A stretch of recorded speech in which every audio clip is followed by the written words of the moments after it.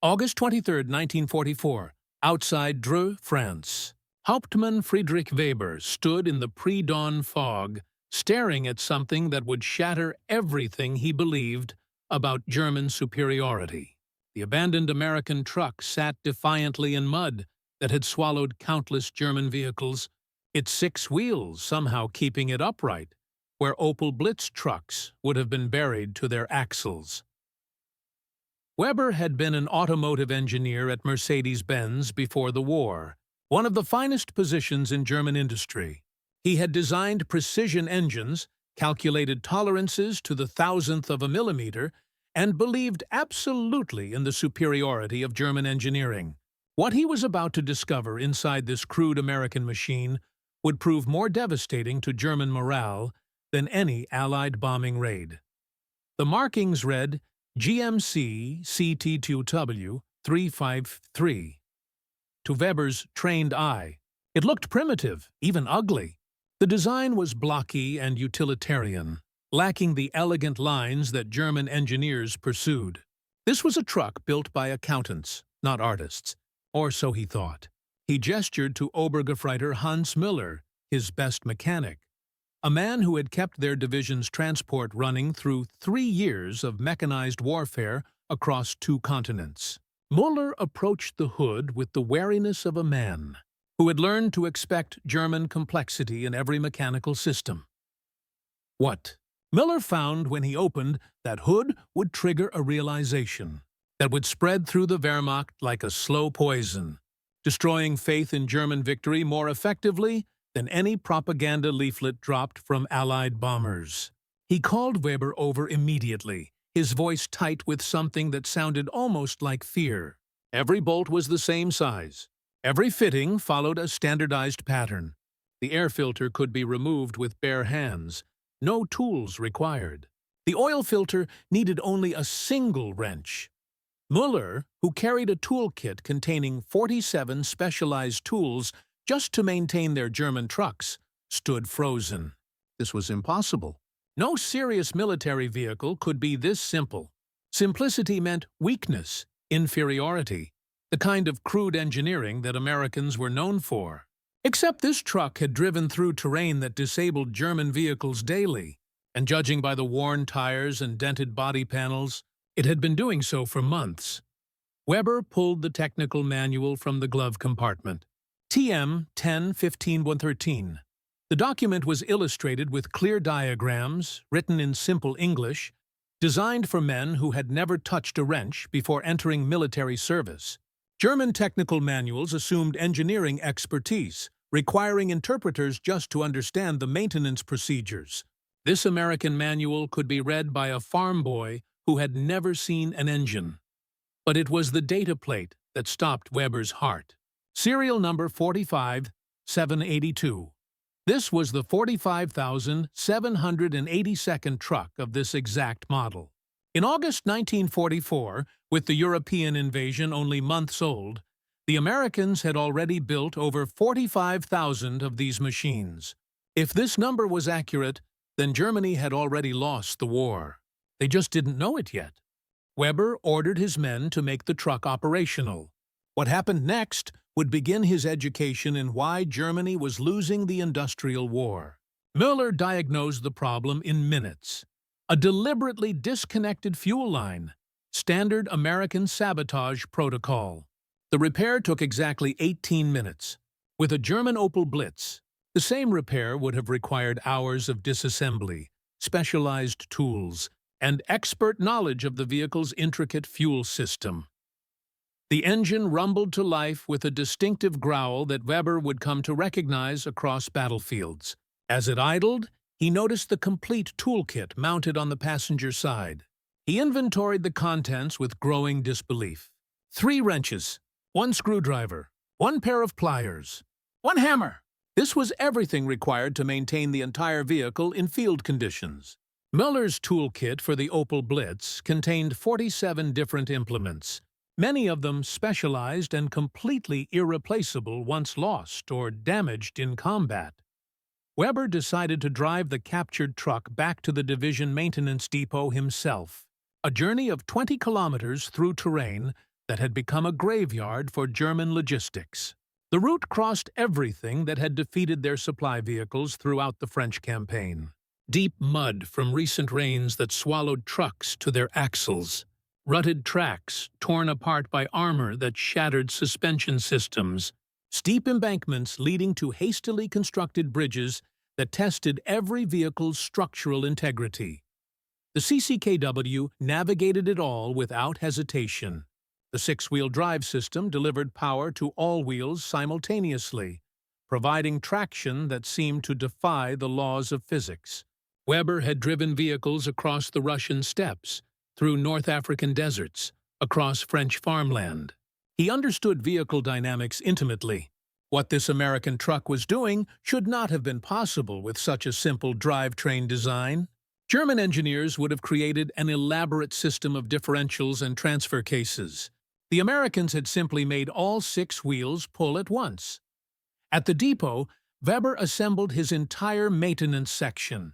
32 mechanics responsible for keeping the division's transport functional, men who had kept German vehicles running through 3 years of continuous warfare despite chronic parts shortages and impossible maintenance conditions. He had them examine the American truck with the thoroughness of surgeons performing an autopsy.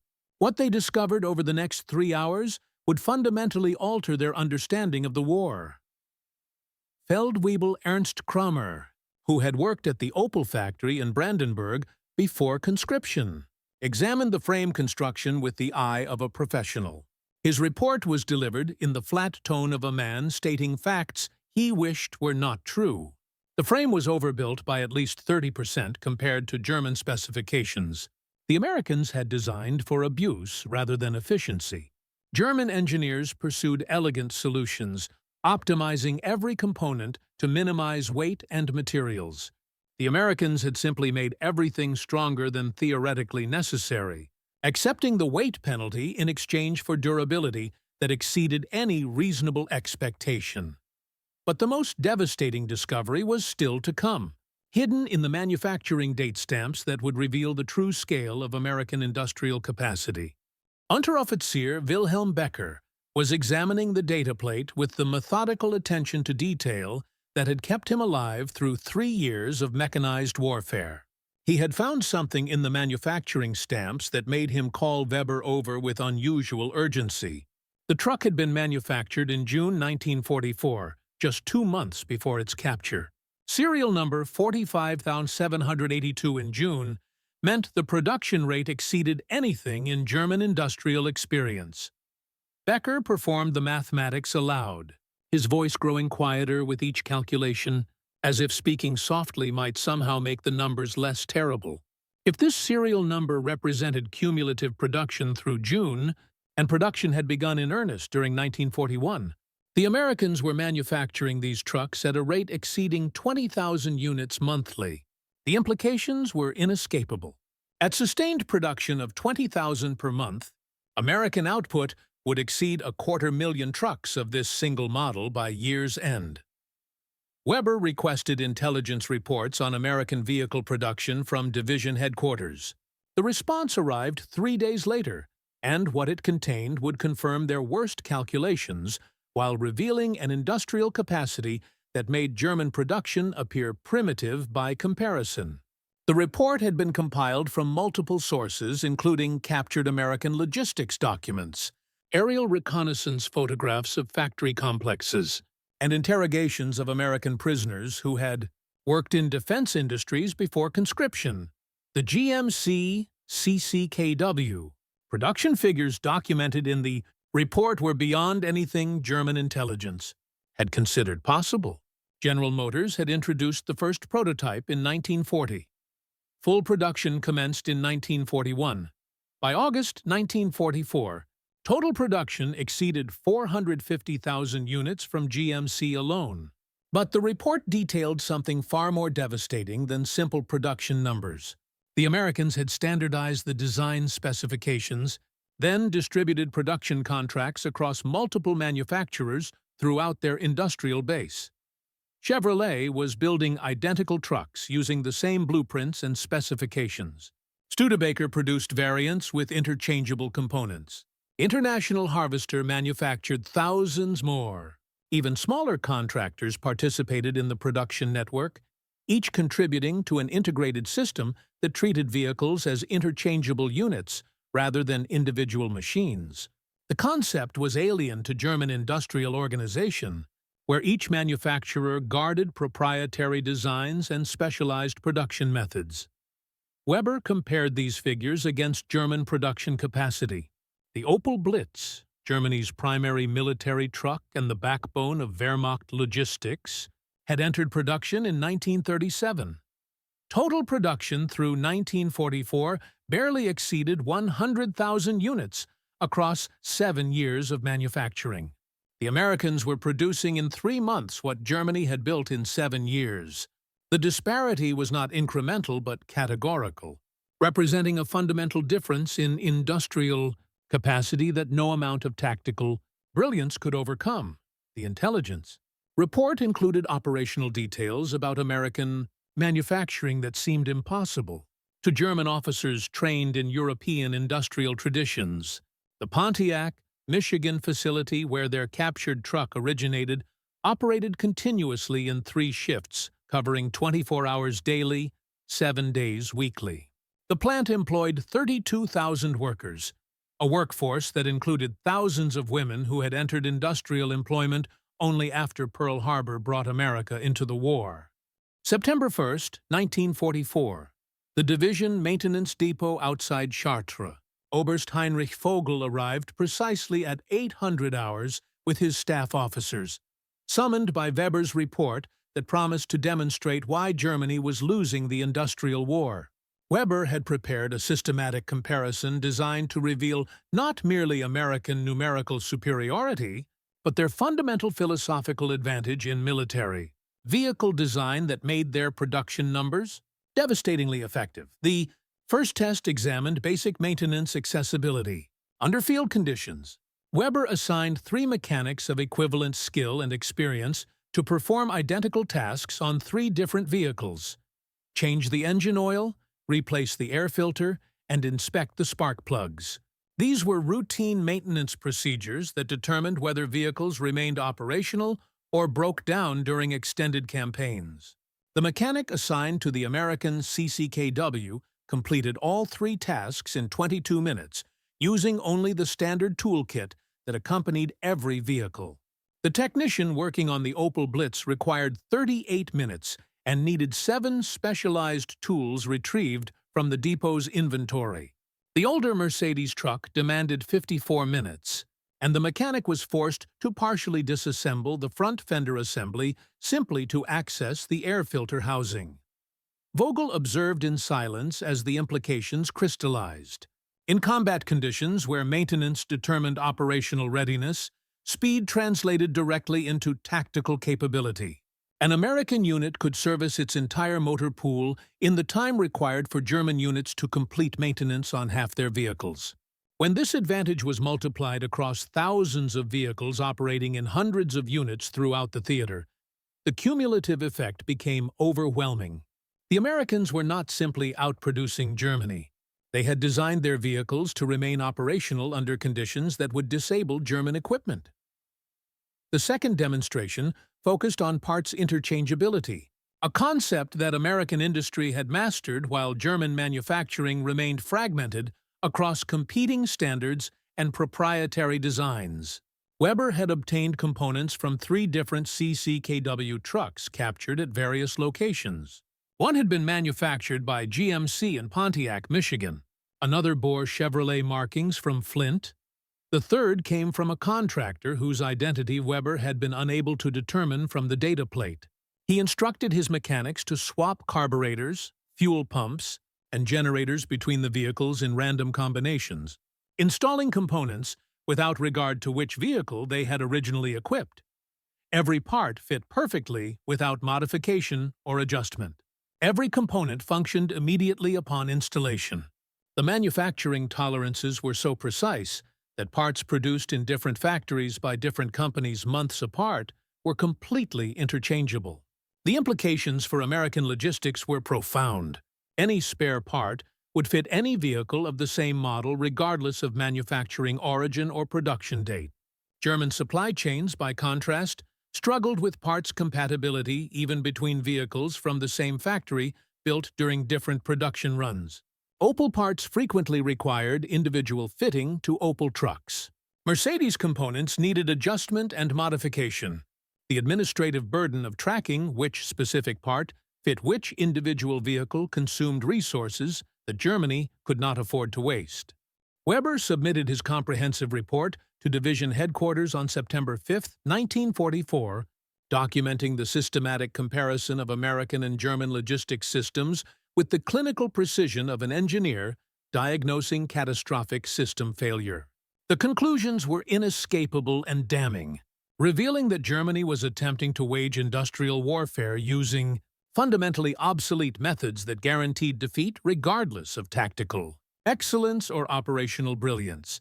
The American logistics system was constructed on principles of standardization and material abundance that created overwhelming advantages at every level of military operations.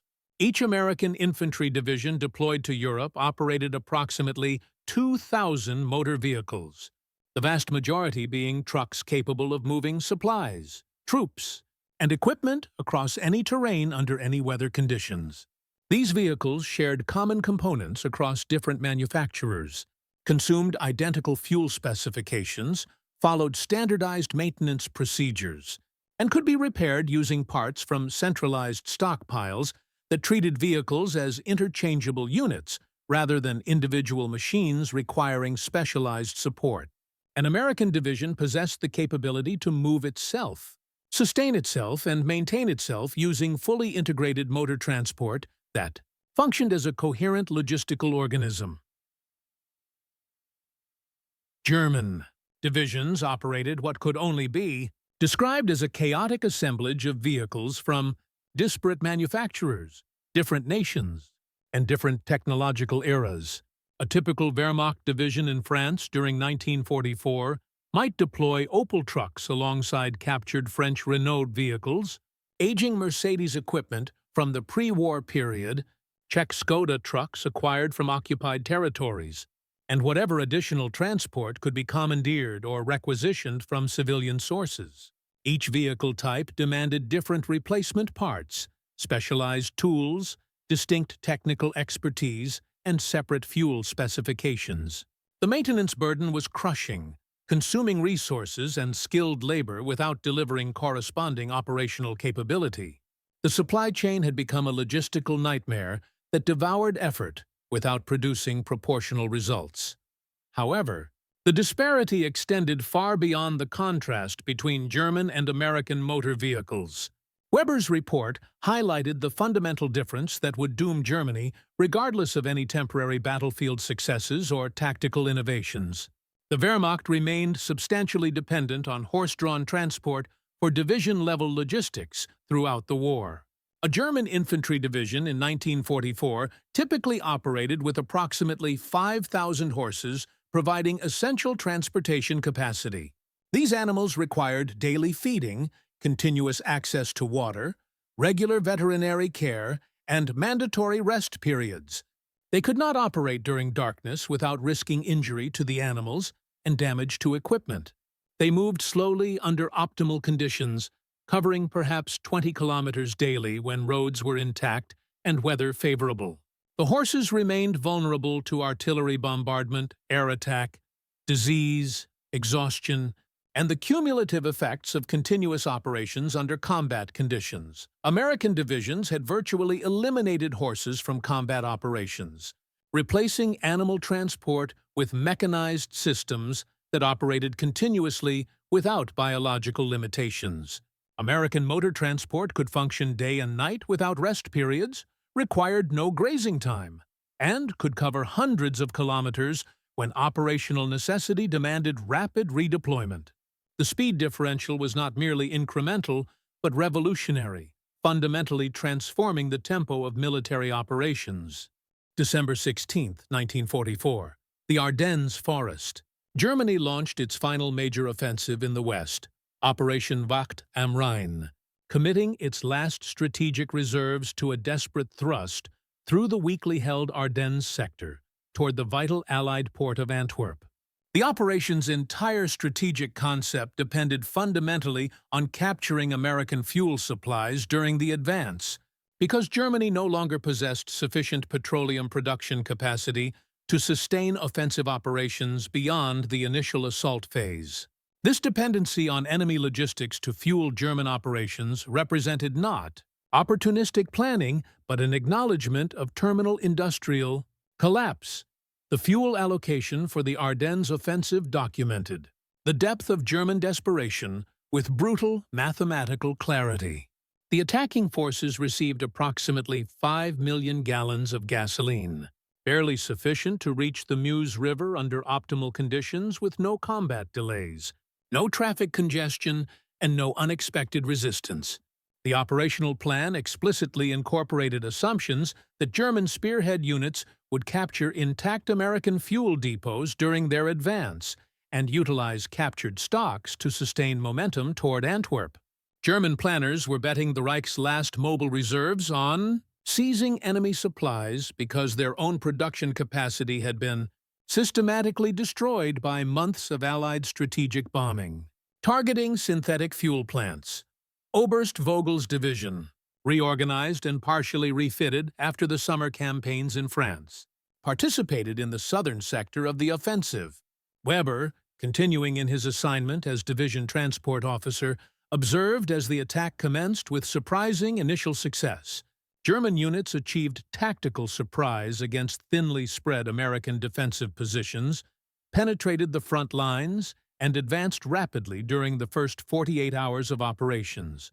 However, almost immediately, the fuel crisis that Weber had predicted in his September report began strangling the offensive's momentum before German forces could exploit their early gains. German columns advancing through the rugged Ardennes terrain encountered the same revelation that Weber had experienced months earlier with the captured CCKW truck, but now the realization was multiplied across the entire offensive front and magnified by the desperation of Germany's strategic situation. American units conducting fighting withdrawals before the German onslaught, abandoned vehicles and supply installations, with a casualness that seemed incomprehensible to Wehrmacht soldiers, conditioned by 3 years of chronic scarcity and resource constraints. Tanks were left with fuel remaining in their main tanks. Trucks were destroyed or disabled, but not systematically stripped of valuable components. Supply depots were evacuated with mountains of equipment and material stocks abandoned intact rather than consumed or destroyed. Initially, this apparent American wastefulness seemed providential to fuel-starved German units operating on critically inadequate logistics. Kampfgruppe Peiper, serving as the primary spearhead for the entire northern thrust of the offensive, captured an American fuel depot at Büllingen containing approximately 50,000 gallons of gasoline. For Joachim Peiper's mechanized column, this windfall enabled continued advance when German supply lines had already begun failing.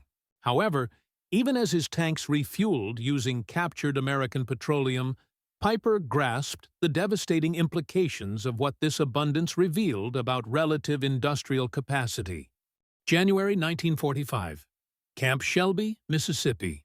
Hauptmann Friedrich Weber arrived at the American prisoner of war facility following his capture during the final collapse of the Ardennes Offensive.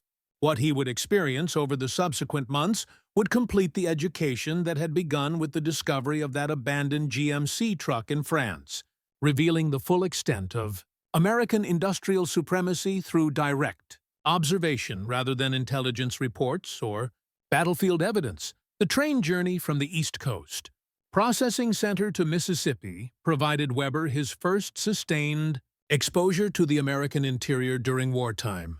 He had anticipated witnessing a nation strained by global conflict, cities darkened by mandatory blackout regulations, factories operating at desperate maximum capacity with visible signs of resource exhaustion, civilians enduring the severe privations that had become normalized throughout Europe after 5 years of total war.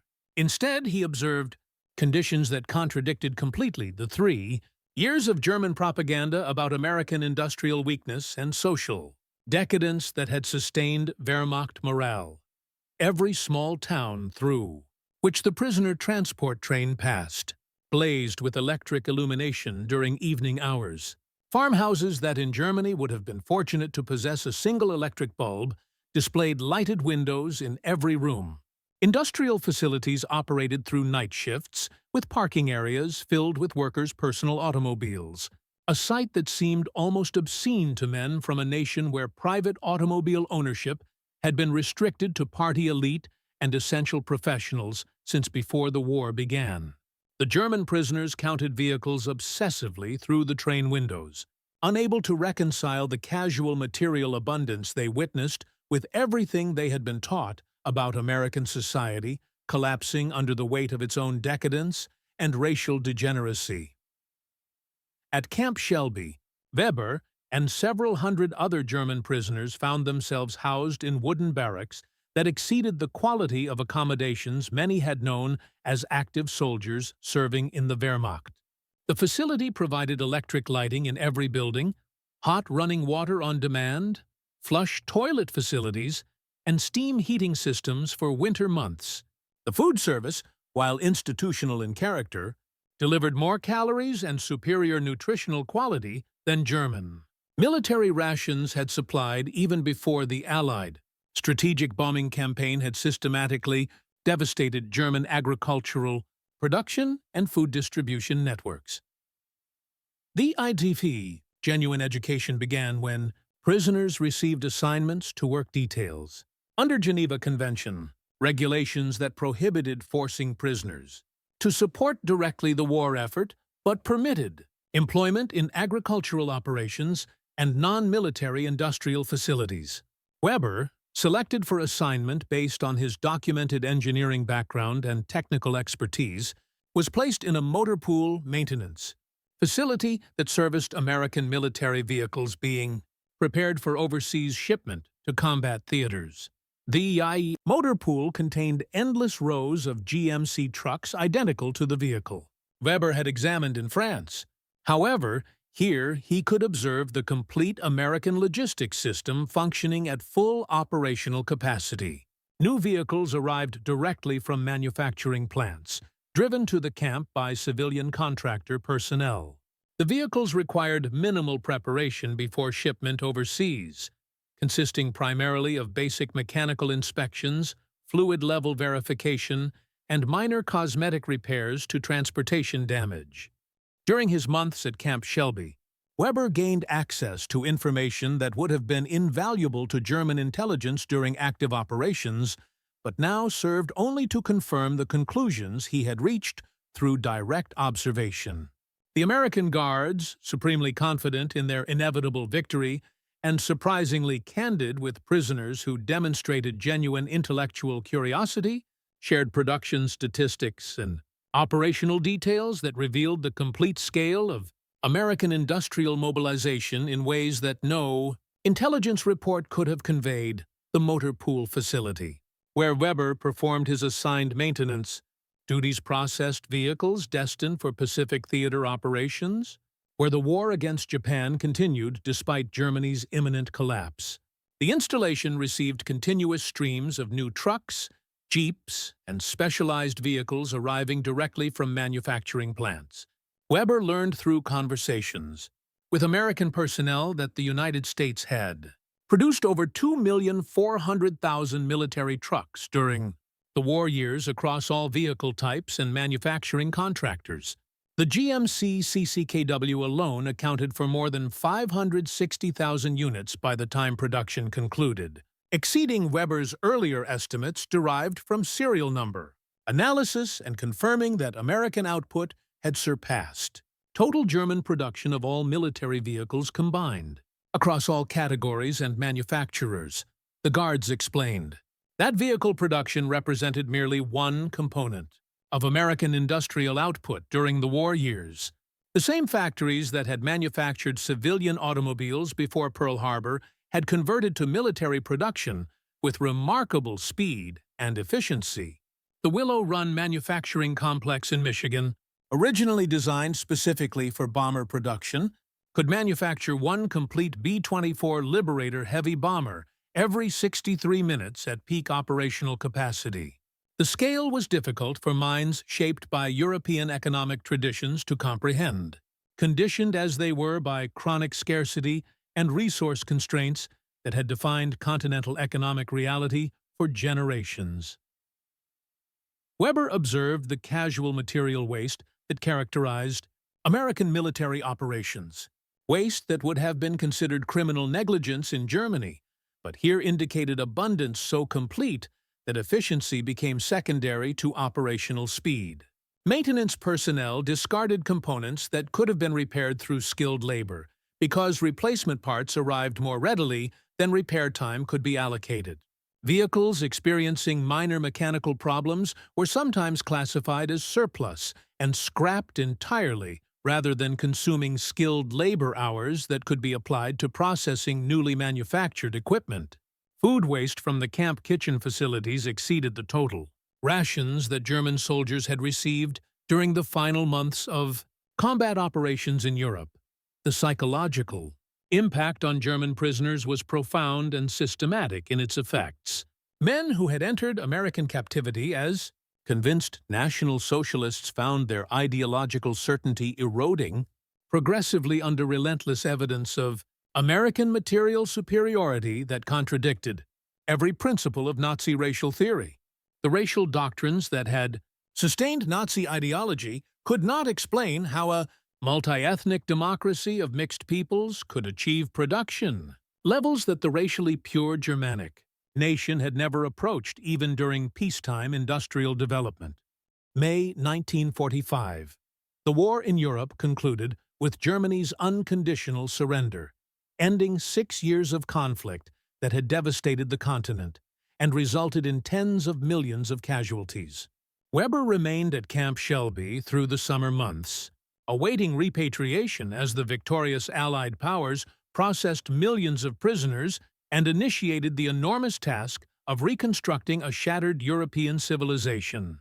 During these months of enforced idleness, the complete scope of the industrial disparity that had determined the war's outcome became undeniably clear through conversations with American personnel, access to newspapers no longer restricted by wartime censorship, and the gradual release of comprehensive wartime production statistics. 3E final production numbers were staggering in their magnitude and irrefutable in their implications for understanding why Germany had lost the war. The United States had manufactured approximately 300,000 military aircraft during the war years, compared to Germany's total production of 119,000 aircraft across all types and manufacturers. American factories produced 88,410 tanks and self-propelled guns, while German industry managed 46,857 armored vehicles despite operating under total war mobilization since 1942 in every category of military production that could be quantified and compared.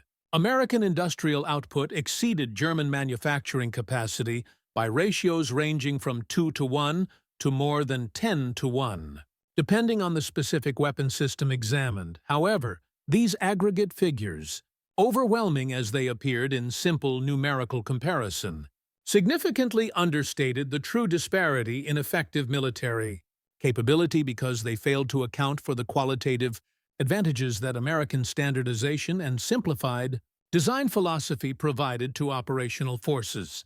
German production statistics included dozens of different tank models, each requiring unique replacement parts, specialized maintenance procedures, and dedicated technical expertise.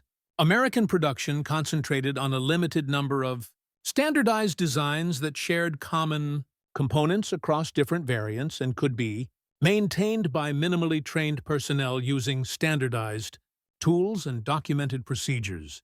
The administrative and logistical burden of supporting technologically diverse equipment types consumed German resources that the Americans dedicated instead to increasing absolute production volume and improving supply chain efficiency.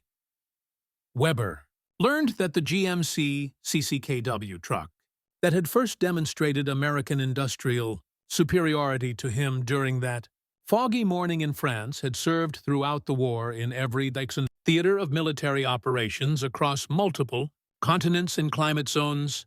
The basic design had proved so fundamentally successful under diverse operational conditions that production continued even after hostilities ceased, with surplus vehicles being distributed to Allied nations and sold to civilian buyers throughout the Reconstruction period.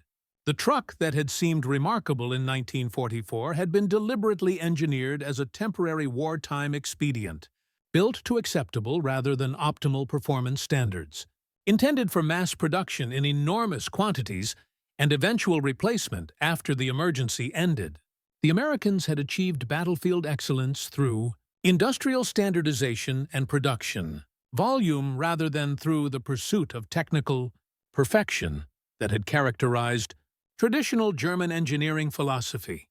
The GMC CCKW continued in active American military service until the early 1950s, when the design was gradually superseded by more modern vehicle platforms that incorporated technological advances and operational lessons learned during the war years. However, the truck's influence extended far beyond its direct service period with United States Armed Forces. Surplus vehicles were distributed globally through military assistance programs during the early Cold War period, serving in dozens of national armies throughout the 1950s and 1960s. Some units remained in civilian commercial use well into the 1970s, providing testament to the fundamental durability that American engineers had built into a design originally conceived as a temporary wartime expedient requiring rapid mass production rather than optimal technical sophistication. Weber secured employment with Mercedes-Benz in 1947, joining thousands of former Wehrmacht personnel who brought military logistics experience into Germany's industrial reconstruction effort. The Marshall Plan provided American financial assistance and technical support that enabled surprisingly rapid economic recovery. But the assistance arrived with implicit requirements that German industry adopt more efficient production methodologies based on American manufacturing principles. Weber and others with similar backgrounds became advocates for American-style standardization and simplified design philosophy within German manufacturing enterprises, arguing persuasively that Germany's pre-war pursuit of technical perfection had created unnecessary complexity that fundamentally handicapped mass production capacity and operational logistics support. The German automotive industry that emerged from post-war reconstruction incorporated essential lessons learned during the conflict. Volkswagen's commercial success with the Beetle design demonstrated conclusively the market value of standardization and engineering simplicity. Mercedes-Benz adopted production techniques emphasizing interchangeable components and simplified maintenance procedures accessible to operators with minimal technical training. BMW reconstructed its manufacturing capability around organizational principles that prioritized production efficiency over technical sophistication in individual components. The economic miracle that transformed West Germany during the 1950s was built substantially on industrial practices that German engineers had observed in American prisoner camps and recognized as fundamentally superior to traditional German manufacturing methods. The broader strategic lesson of the GMC CCKW extended beyond automotive design principles to fundamental questions about military preparedness and industrial capacity in modern warfare. The truck exemplified a design philosophy that prioritized practical operational effectiveness over technical elegance, that valued field reliability over maximum performance specifications, and that recognized that in industrial warfare between major powers, the capability to produce weapons systems in vast quantities ultimately determined outcomes more decisively than individual weapon superiority or tactical excellence. These lessons profoundly shaped Cold War military planning for both NATO alliance forces and Warsaw Pact organizations, as strategic planners on both sides recognized that future conflicts between Industrialized nations would be determined primarily by production capacity and logistics systems, rather than by tactical innovations or operational brilliance at the theater. Weber retired from Mercedes-Benz in 1972, after 25 years contributing to German industrial reconstruction. In a 1975 interview, he reflected that Germany had entered the war with superior tactics, better trained personnel, and often more technically advanced individual weapons. But Germany had fundamentally misunderstood modern warfare's industrial nature. Simplicity had defeated sophistication. Quantity had overwhelmed quality. Standardization had proved superior to specialization.